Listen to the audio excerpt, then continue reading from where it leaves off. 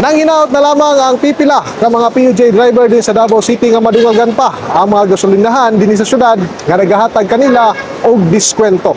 Moabot nga to sa 712 ka mga gasolinahan sa tibok Davao Region ang nagatanyag karon og tag 10 pesos nga diskwento matag litro sa lana ilawom sa fuel discount program sa Department of Energy kon DOE subay sa pinakabagong datos gikan sa Land Transportation Franchising and Regulatory Board kon LTFRB 11. Sumala pa sa mga PUJ drivers nga sila Marcelino ug Ryan nga dako kayog tabang among diskwento sa ilang inadlaw-adlaw nga biyahe ug kita taliwala sa sige nga pagsaka sa presyo sa lana. Karon stinta man gyud.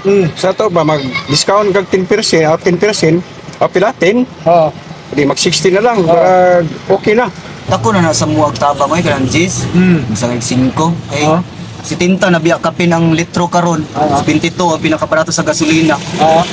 May nusa na siya og G's ang 72 matuog 62.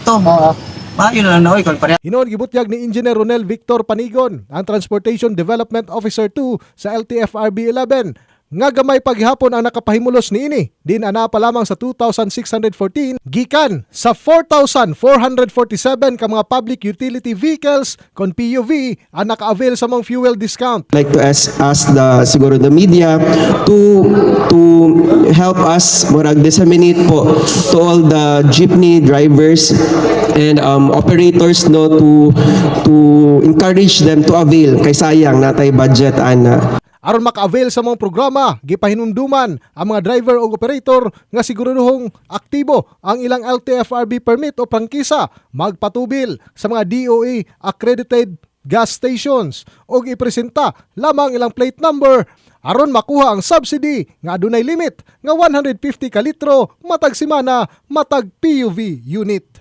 In the heart of changing lives, ako si Brigada Julius Pacot, alang sa 93.1 Brigada News FM Davao, the Music and News Authority.